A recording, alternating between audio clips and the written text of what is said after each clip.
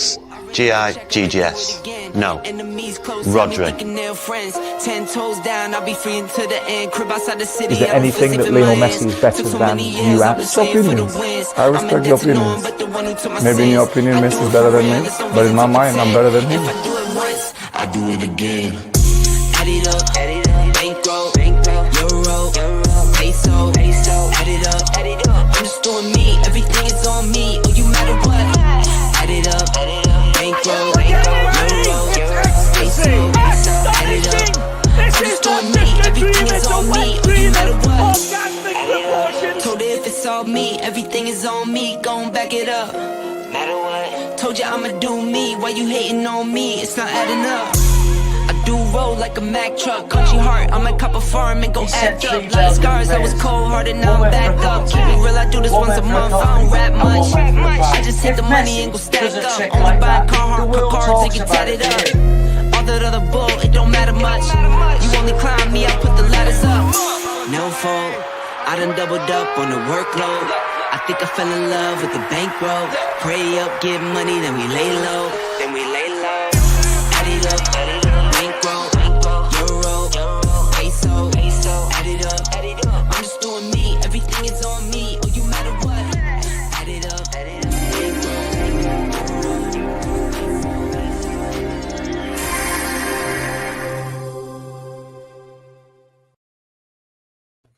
Yes, guys, I'm Si. Welcome to Ace Podcast Nation, the home of Rhodri Giggs on football. We're here to fly through all the biggest stories of the week as we focus on a new era of managers. Pep is staying around to take on the pretenders to the crown, so it should be an interesting period. But is it really a new era? We'll discuss that and much more as we dig into it with brutally honest opinions, a bit of fun. Nice little bit of conversation taking us into the football at the weekend as the international break is finished. But I am, as ever, joined by the man himself, ex-Bangor, ex Salford City, Mosley, and a whole host of other clubs. It is none other than Mr. Rhodri Giggs. How are you, mate? Yeah, good, mate. You? Freezing, mate, is what I am. Absolutely freezing. Tell me about it. It's snowing. Well, I live in Bolton, so it snows.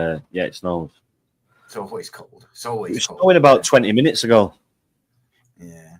But it's cold. But we should be used to it now, shouldn't we? But back out the big coats. That's it, mate, isn't it? That's the one thing I'm not short of is coats. Back out the big coats, the snoods, the woolly hats, bosh. No problem. Just adapt, don't we? Just keep moving, mate. Just keep moving. Don't matter what happens.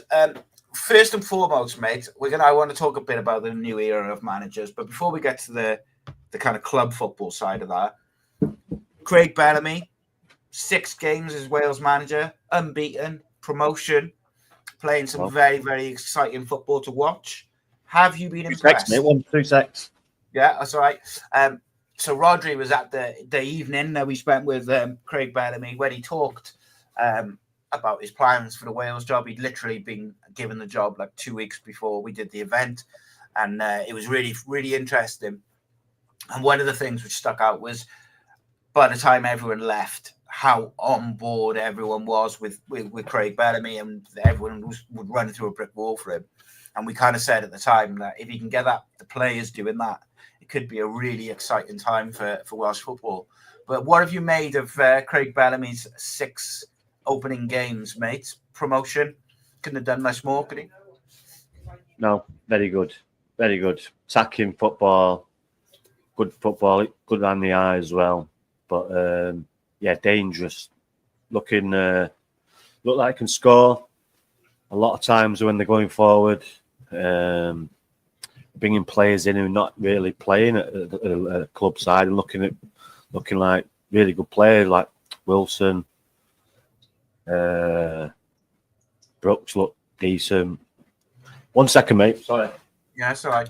Rhodri's waiting for a delivery. Yes, but yeah, no. I think what's impressed me the most, but not surprised me, is how tactically proficient Craig Bellamy's been and how clever he's been. Every game has had a plan.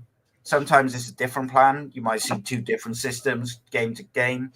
But what has been impressive is that he's been able to coach those players and the team in such a way that those plans have generally worked, particularly in the first half of games. I thought the second half against Turkey and the second half against Iceland was a lot better than what we had seen. We didn't fade as much. But tactically, I'm not that surprised that he's been as good as he is tactically, because he seems, just from speaking to him, he's very, very detail orientated, very passionate about football, and he's very passionate about Wales. And I think the thing which people forgetting as well is, for at least half of these 6 games, he's had a lot of players missing, and he's probably not even on like the kind of second string of players he'd probably pick. He's almost on the third string in some cases, some positions, and he's adapted well. And they all look like they know what they're doing. The players, How is that a penalty? Oh, mate, tell me about it. And In what world is that a penalty?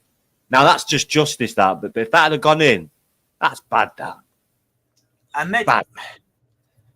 Turkey, people forget, Turkey away, mate, is not an easy game. This is also described by a lot of Turkish fans as this is their sort of golden generation of players. They got a lot of good players, playing at some of the biggest clubs in the world. For Wales to go there, Wales could have pinched it as well. They had a couple of really good chances. Had one disallowed, which was probably unlucky. Probably, it was offside, but it's one of them where his arm's offside. And what's important with international football is trying to get it as much as like a club mentality as possible. And you can see that, like you say, there's nearly some third string players in there, but you wouldn't tell.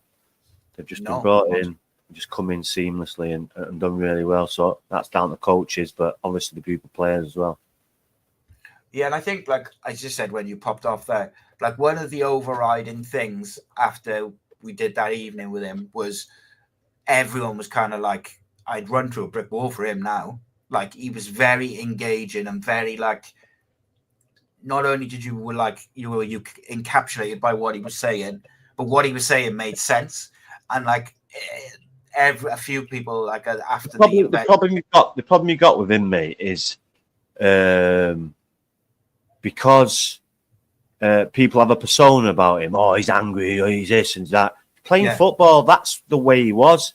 No one says to Mark Hughes, calls Mark Hughes angry. He was a flipping lunatic when he played. You get tough, but if anyone, he wouldn't be dirty, but he'd let you know you're there. But he was a total different person.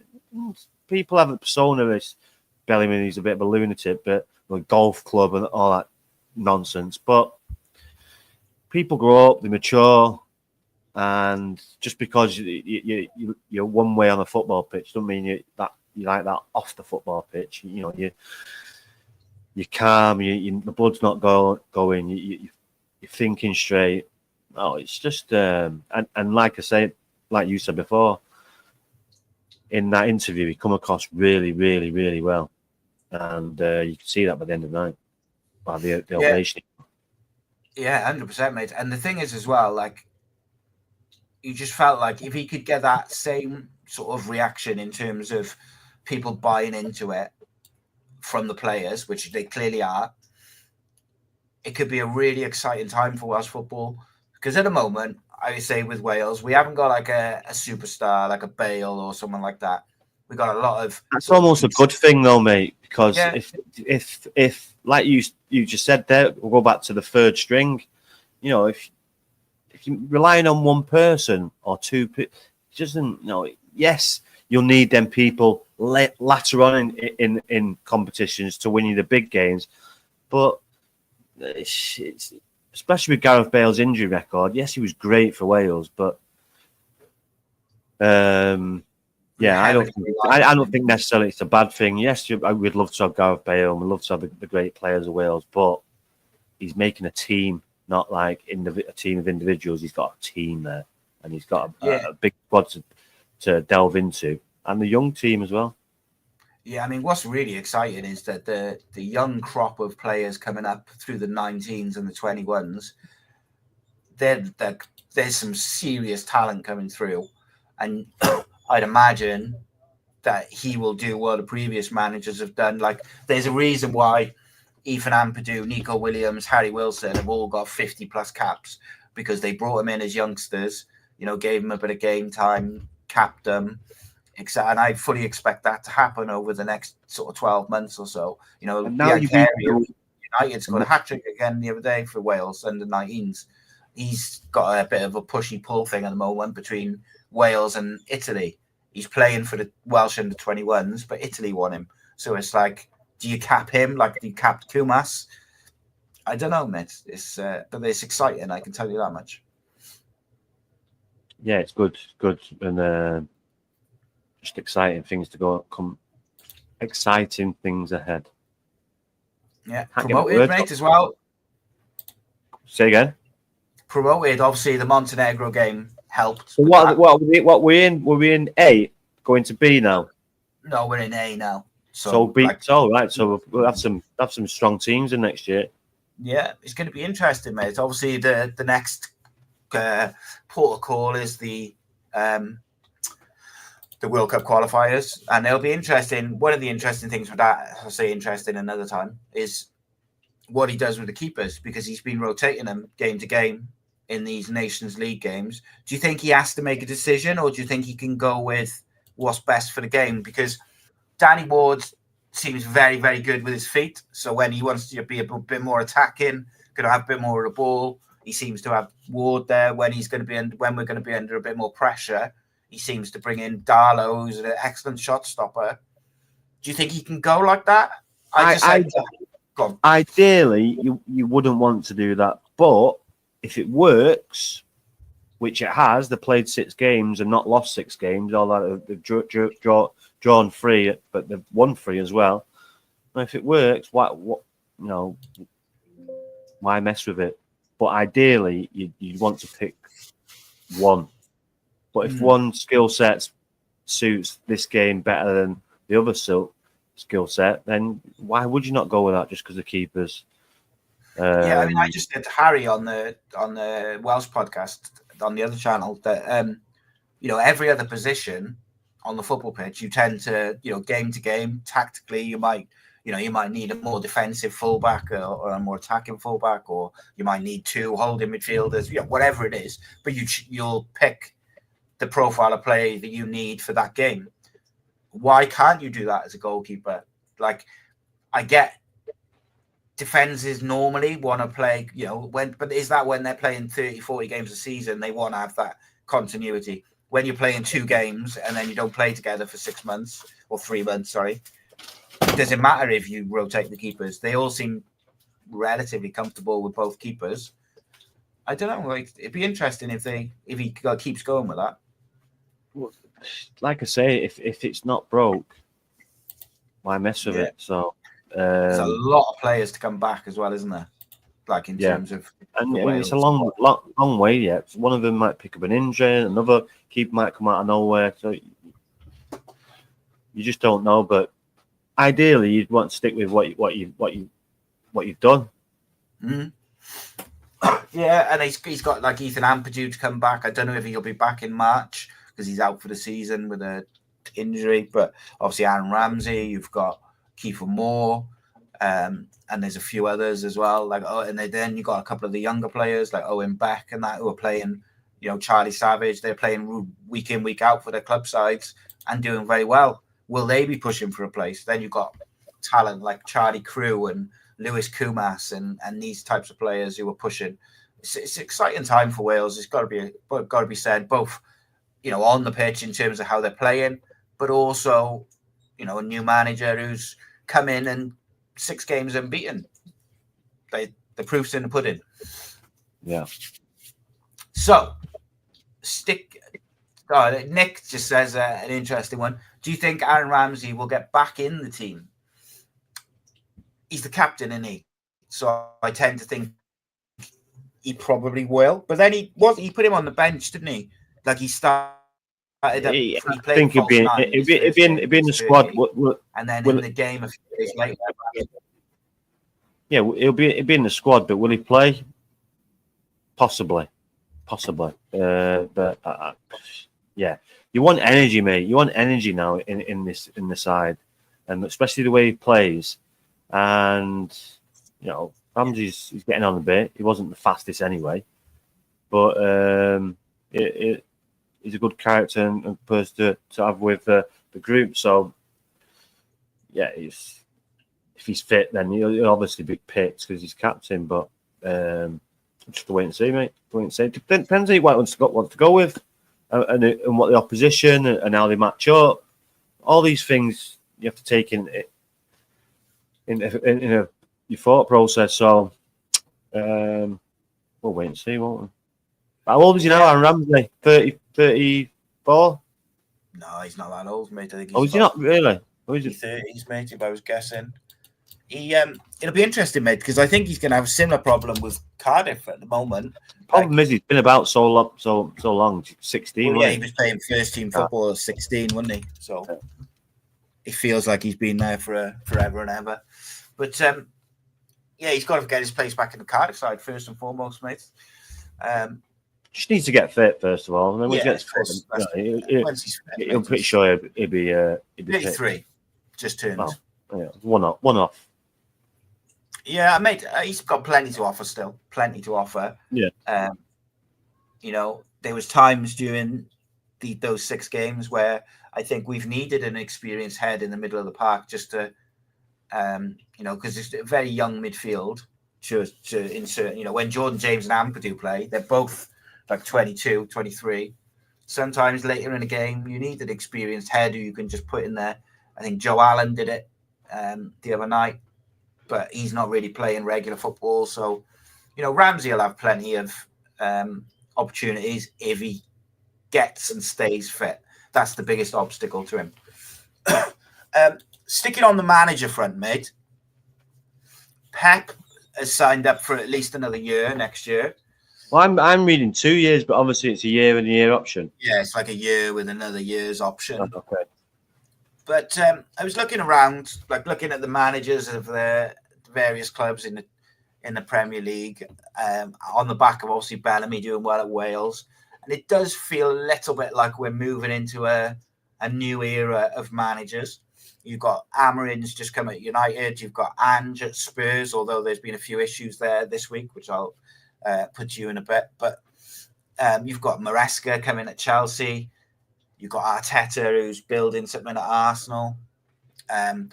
Slot's coming at Liverpool. So there's all these kind of new faces, with different jobs on their hands. Pep has decided to stay.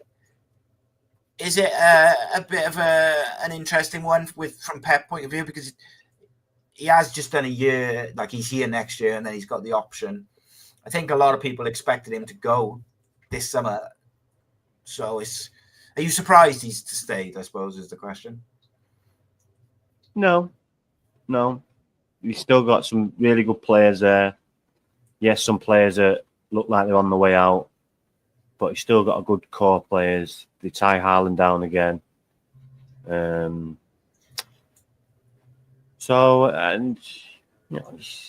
obviously loves the competition, and why not? He's still got the best team in the league.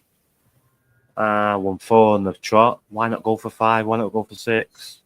If he does get 5, why would you want to walk away from that? So, not surprised, no. Let me flip it on you then. As he looked at it this year, then they're not playing. They've lost a few on the bounce. Rhodri's out for the season. As he looked at it and thought, we might not win the league this year, but next year I'll be back to, Rhodri will be back, we'll be back at it, and he can go out on a high rather than finishing up this year, sort of not winning the league, if you like. And I would imagine he would like to win the Champions League again as well. I don't think he has that type of mentality. I still think he's going to win this league. I just playing devil's advocate, you know what I mean? Yeah, no. It'd be interesting though, mate, how he takes to some of these. I think Chelsea is slowly. Not given this year, is it? No. I think I actually, as much as it pains me to say, I look at it at the moment, and I think Liverpool are going to win it at the moment. Obviously, it can change. We're only in November, But No. That's where I look at it, mate. No. I don't see Arsenal winning it. I just think, No, you know, can't Spurs have are not Liverpool in win. No. Can't have Liverpool win it. You get that? I'm just saying what I think at the moment, mate. Who do you think's going to win it then at the moment, as it It stands? could be anyone. It could be anyone's.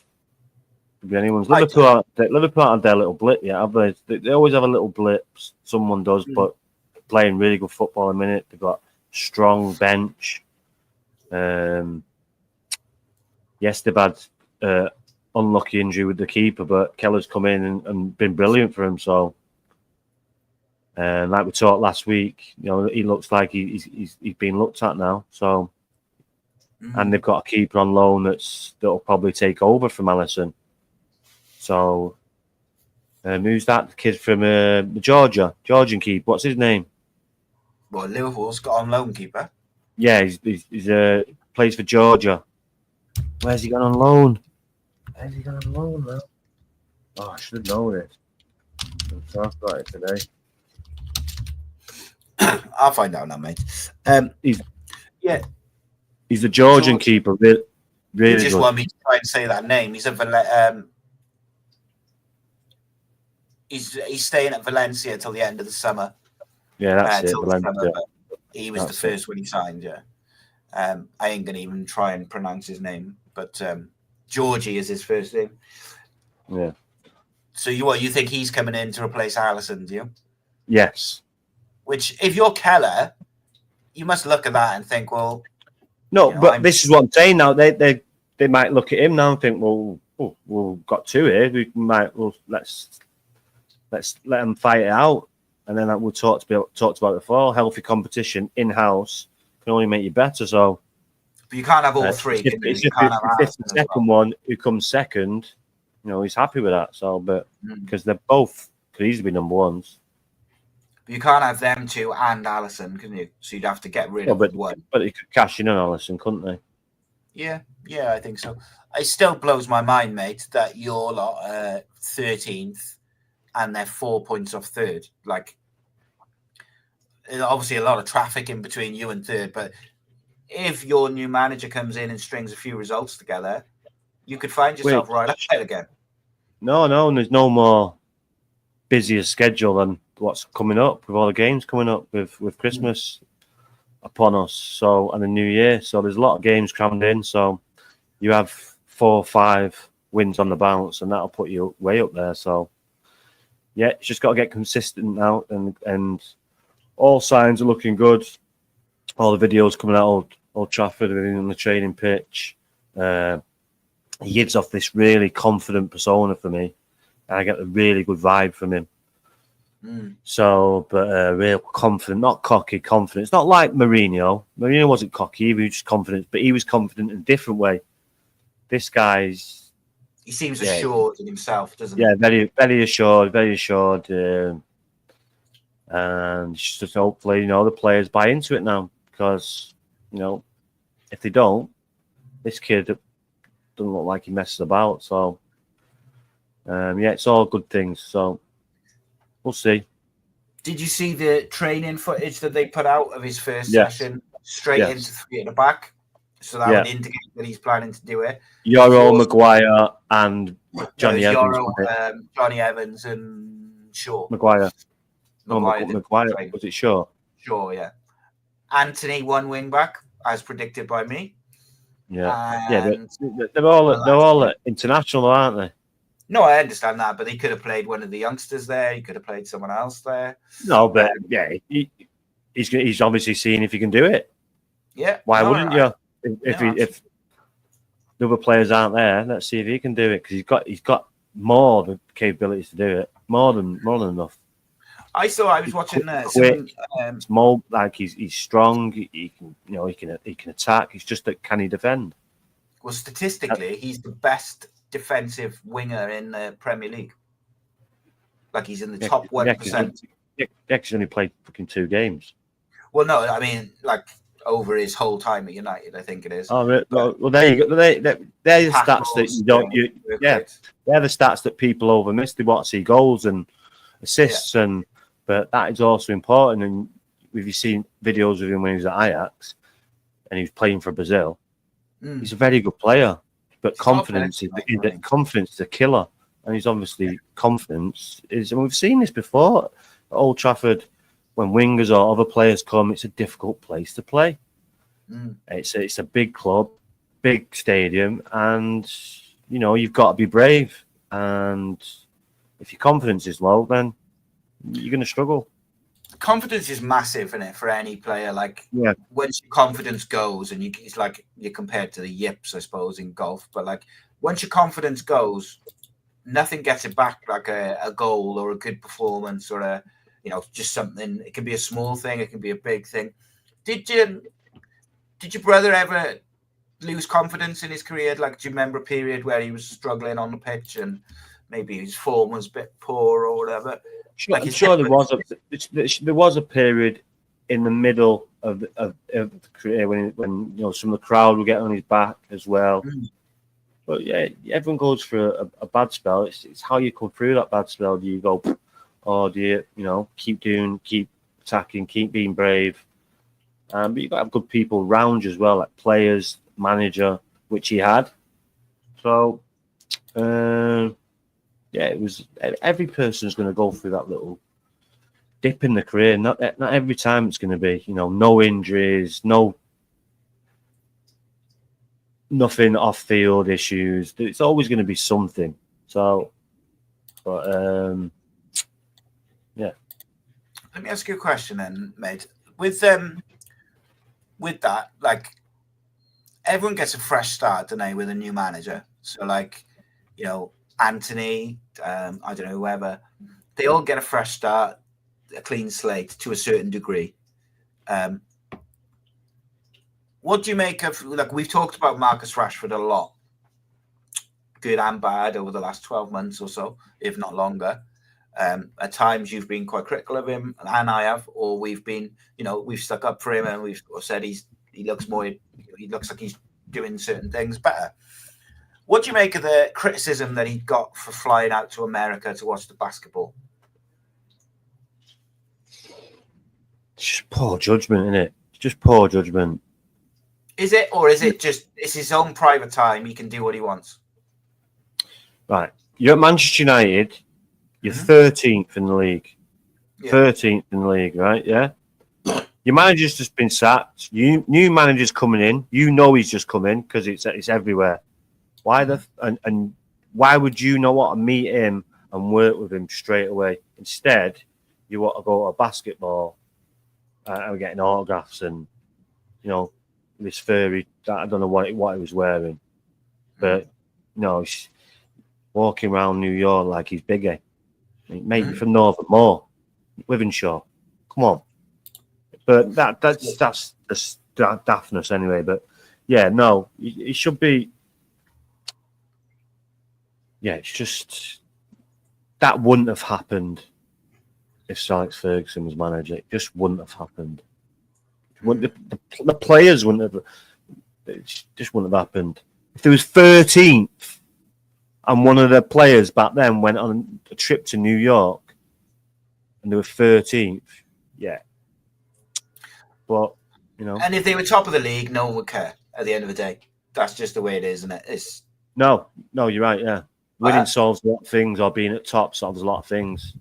So that's why they back in them days they probably did go away to New York or did do the London trips or did do things like that because they were winning things.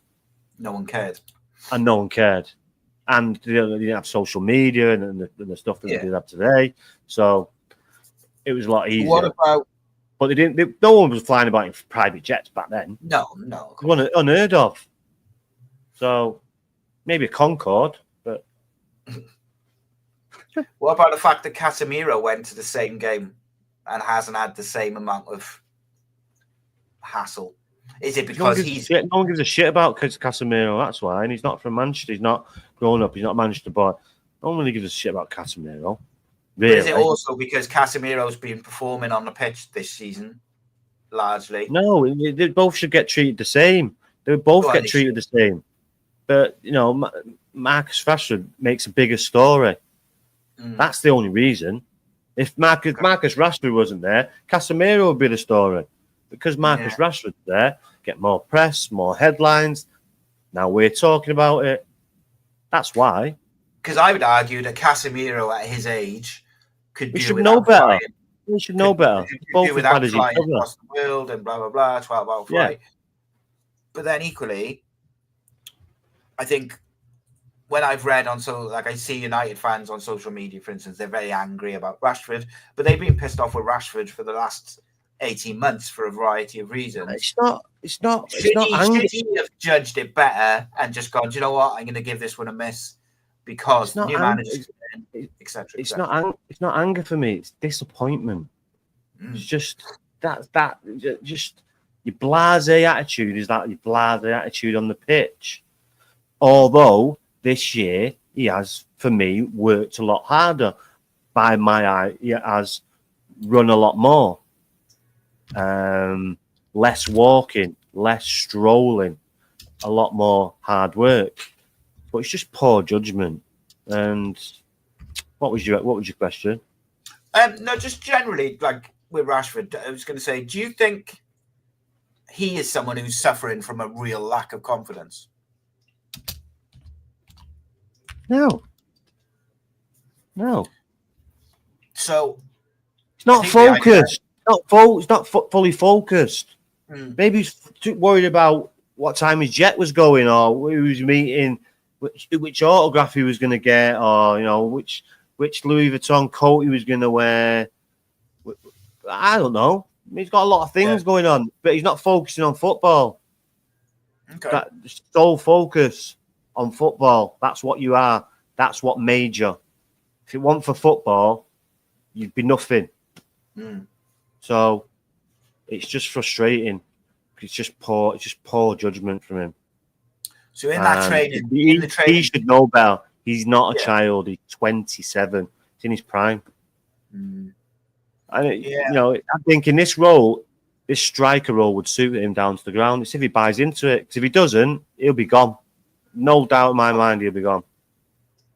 It's going to be interesting because I think, and this might sound like a bit hyperbolic to some people, I think he's in danger of wasting his career, Rashford. I do. These last couple of seasons, he had that big season. The last two define waste, though. All right, because look how much money he earns. He's driving 700 grand cars. The guys from Northernmoor. I'm talking about Northernmoor, like Wivenshaw. It's like, where am I going to say? Like Ely. Just as bad. It's the biggest council estate in Europe, Wivenshaw, and he's just attached to it. So, what I mean by it, he hit his potential on the pitch. Well, you've seen his potential. We've seen it. That's what the frustrating bit is. We've seen it. But we've only seen it once out in 10 years. So yeah, he might. I'm being a bit harsh there. He was all right. Good. Before that. He's been good.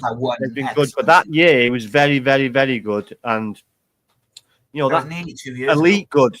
Now that's when if you're doing that every year, you're elite good.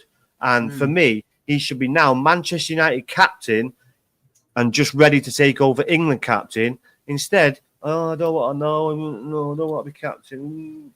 It's just that he frustrates me because he's for me, when I seen him at 17, 18, I think he could be like everything Ronaldo had at that age, he had. But, different mentalities. Yeah, totally. Do you think Amorim will get the best out of him now? Just to finish up. Hopefully.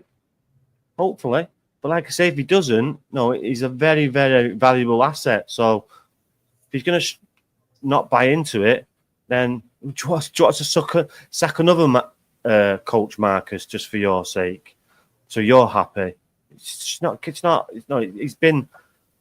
Van Gaal brought him through. Jose Mourinho. All right, Ralph Radnich was a nightmare. Ole Gunnar Solskjaer, Ten Hag. There's 5 managers he's had. Got to get rid of another one. They've all been under his tenure. Not all on him, though, is it? Yeah. So when I was playing, I was fortunate. Like, did anyone ever get one person got sacked? It's for when I had to take over Salford City as player manager. But as players, other than though, that, I'd be embarrassed if I got a coach sacked, because then I'm not doing my job. And so for five managers, like, come on. Like, it's not all on him. Don't get me wrong. No, like, no, it's not. No, it's not. But surely, do players like feel any sort of responsibility or embarrassment or shame or whatever when these managers keep getting sacked on their watch? No, not Rashford, but just like the ones who've been there throughout. Surely, you'd be like you just said, if the manager gets sacked, I'm not doing my job. They have to. Surely, we've seen this with Rashford, poor judgment before. Ireland.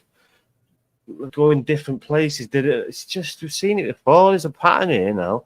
It's fully focused. He should be on Manchester United, especially in the season. You have enough frigging holidays and you have winter breaks and all that. So, but he's working though. He was at the Nike, the Portland. It was where Nike is. It's Nike headquarters. Training with 17-year-old kids who played for US football. Come on, do me a favour. It's all for the gram, innit? All for the gram. Get the top off. Get the shorts on. Flex a bit. Get the Instagram going. So moving away from United, but sort of sticking with the Premier League, there was a report earlier this week that Ange Postecoglou has reportedly fallen out with at least 4 of the senior players at Spurs. Why? Because he shouted at him. Yeah, probably. But there was even a little rumour knocking about on social media that he had been sacked at one point. Do you anticipate? What's this, his second year? Yeah. Is this his second year? Yeah, it's his second season. No, he wins a trophy in his second season. This is getting ridiculous, these players. It's just getting ridiculous. Yeah, it's problematic, mate, today. Because it's getting ridiculous. These players get sacked. Player power, isn't it? In a heartbeat. If they don't like the way you've spoken to them, or you shouted at me, or you singled me out, or come on. But I don't think Ange comes across like someone who's going to shout at a player unless they've done something very specific. Do you know? He seems quite personable, doesn't he? He seems like someone. It's just doesn't matter if you don't like the manager. You're not playing for him. You're playing for the club, playing for the fans. If you don't like him, put that aside. Just do your job. Stop being a fucking baby. Too many babies. Prima donna fucking babies. It just winds me up. 3 or 4 players. Probably a little group of them, little clique of them. Fucking rat agent putting stuff out, leaking stuff. It's a murky business sometimes, proper murky. And you're trying to get a man sacked because you shouted at me. It's just pathetic. It is bizarre, mate, isn't it? Like the way that the player power everywhere is just out of control. Like players can effectively down tools, stop playing for a few weeks, manager gets sacked, and then suddenly they're all fit and firing again. And you look at the United squad, mate. How many of those players have been injured for the last month, 2 months, 3 months? New manager comes in, they're all fit. Luke Shaw just put the donut box down there. He's back on the training pitch, fit as a fiddle. Fucking played Euro final, comes back injured. What's he doing? United fans fuming about that. He's playing the Euro final and come back. Must have had a 3-week all-inclusive wherever he's gone. Yeah. It's bizarre, mate. But he's someone now, I think... What are we in? November? And he's not even played it. Not even played one game yet. But watch when he comes in now, it'd be $1 million. This is what I mean. Who are the players who've got these managers sat? Who are they still there? Lindelof, wank. Big games, doesn't look interested. Doesn't look interested when he's played this year. Rashford, Fernandes, and Shaw. They're the 4. that's still there. So, Fernandes, can't really say him. No, Rashford, I think he puts him 100%. Rashford, arguably. Lindelof, getting gone. He's been quite good recently. Who's the one who said Shaw? No, Shaw's played, but he's not played enough. The thing with Shaw, mate, is that one, I think he needs competition to get the best out of him as a player, but also you can't trust him now. Like, even if he comes back and he's $1 million till January or till the end of this season, and the system's great for him and he looks back to his best, you can't trust him to stay fit next year. So you've got to get in a left wing back for me. Because Malacia, same, can you trust him really to stay fit? You don't know, because he's had such a serious knee injury that he's been out for nearly 2 years. You can't risk it all on Malacia. So I think they're going to have to get a wing back in. Well, he's brought in a young kid from the youth team, 16, 6'4", left-footed. Outrageous. So he brought him into the training, first team training this week. So there's one. This and they've got, it might look for youth, mate. Might look in the academy before they look elsewhere. They've got some lively left footers who could maybe do it. Got Harry Amas, haven't they? Left wing. He's there you go. Left wing back. There we go. Yeah.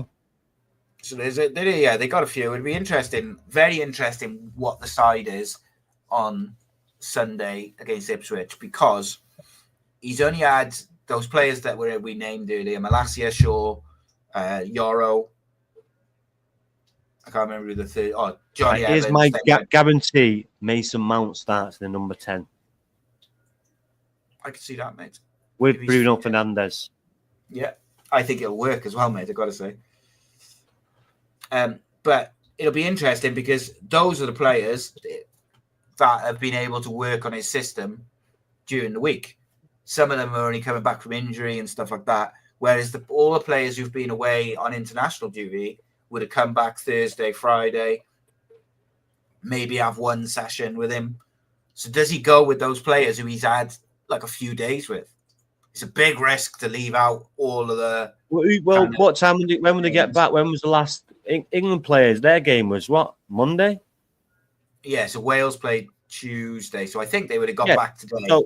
So yeah, but no United players are playing for Wales, though. No, I just mean that there was fixtures Tuesday, so I think they would have travelled. I don't think none of the United players were involved. Portugal played Sunday, I think. It's Sunday, Portugal. Don't they normally get a day off as well when they get back? Yeah, so played Sunday, had Monday off. They'll say they're back Tuesday. Wednesday, Thursday, it's away, so they probably travel Friday. So he'll have 2 days.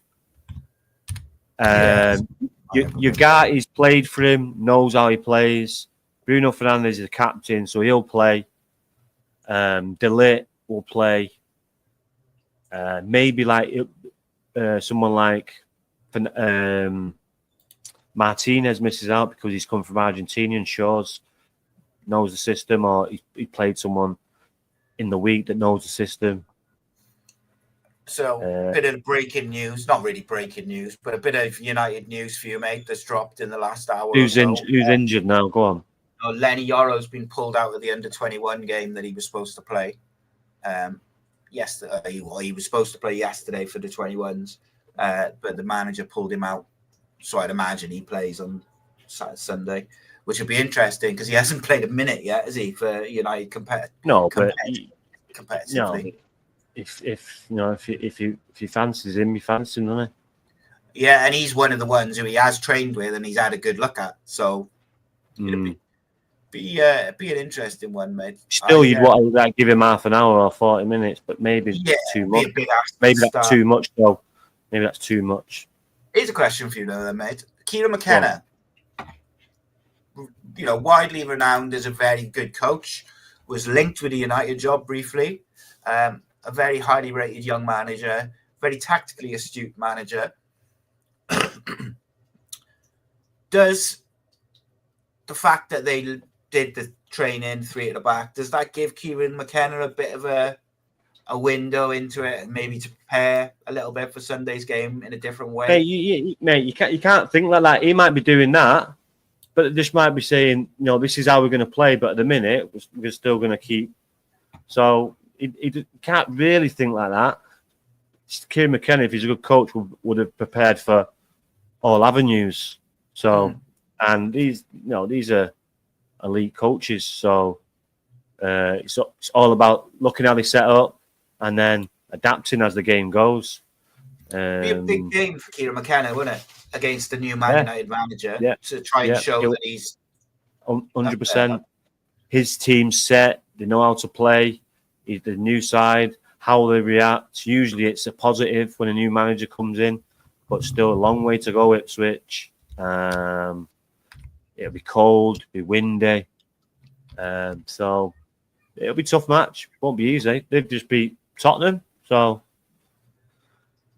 it won't be easy, and he'll have a point to prove, and his players will want to help him do that. So United have to be ready for it, and if they're not, they will get turned over. Interesting. Let's do our predictions, mate, for the weekend. Super Six. Is there any chance you catching me up on this Super Six? I'm sick. It's like it takes me ages to scroll down to find you. I'm a busy man. Can't be scrolling things looking for where you are in the league.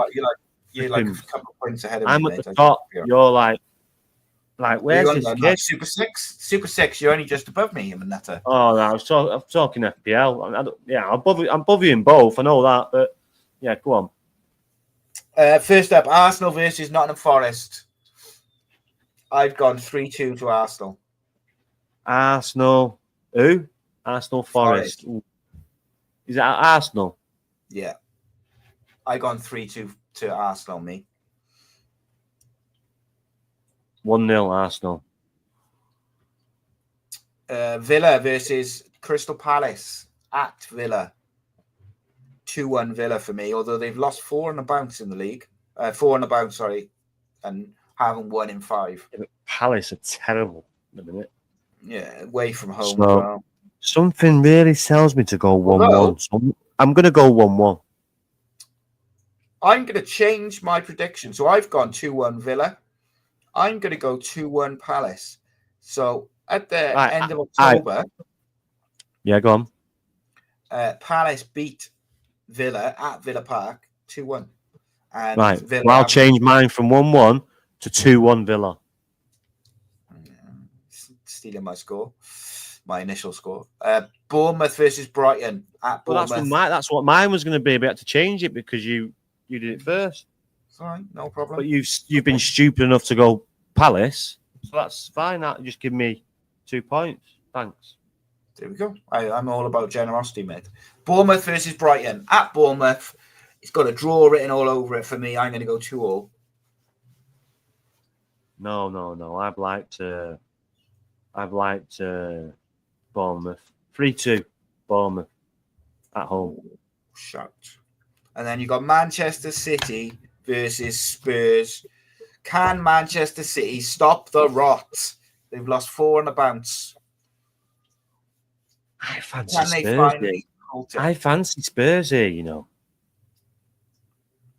Spurs are the bogey side as well, so I'm going to go. They've lost their last 2 away games, those Spurs have. Yeah, no, but I've gone 2-2. I have. Right, 3-1 City. Southampton at home to Liverpool. I've gone 4-1 Liverpool, yeah.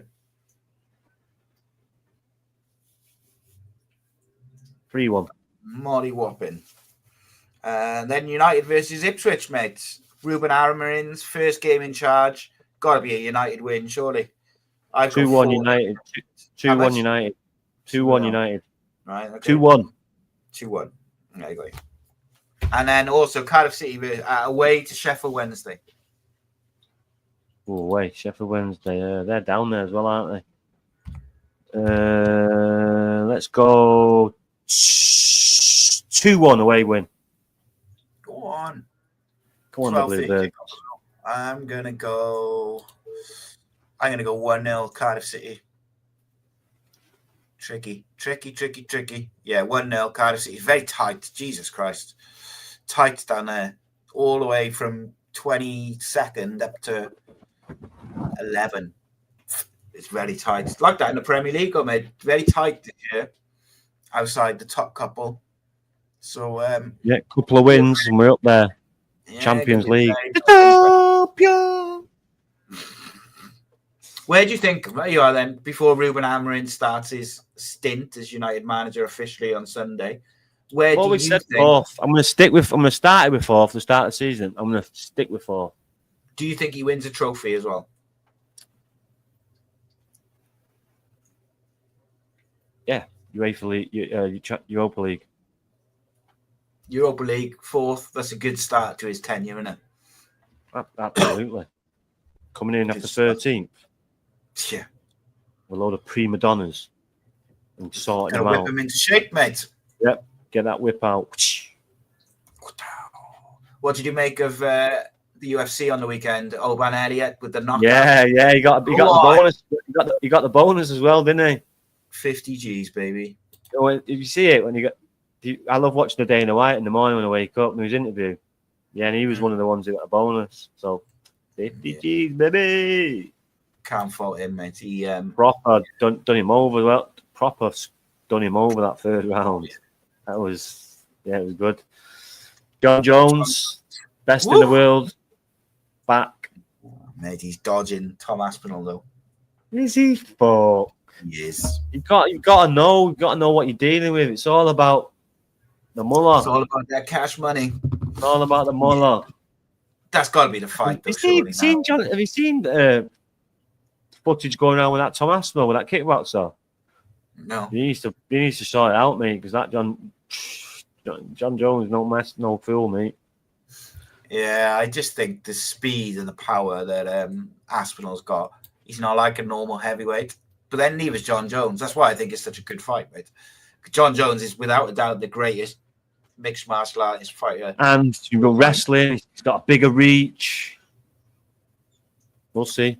We'll see. Aspinall's no mug on the ground either, and he's quicker, he's younger. No. But neither was DC was a Olympic wrestler. John Jones mauled him. John Jones is the GOAT, mate. Jones mauled him. So, yeah. I always say that. The only thing that beats him is his age. He's getting nearly 38 now, so 37, 38. So, yeah. He said he doesn't want to fight any young up and comers, but he made a career of beating all the legends and the people as he was coming up. Yeah, but there were no. Yeah, but he was a kid and he was beating them all, wasn't he? Yeah. But then everyone, Rampage, Evans, Shelton. You name it, he fought him. TC, BC, yeah. So, can't say he's ducking. He's just like, I've earned the right to pick who what to fight. Simple as that. It's the biggest fight they can make, mate, so they'll make it. All about the mullah, mate. All about the mullah. Be a wicked 53 minutes. Come on. Let's go. In a bit. Laters.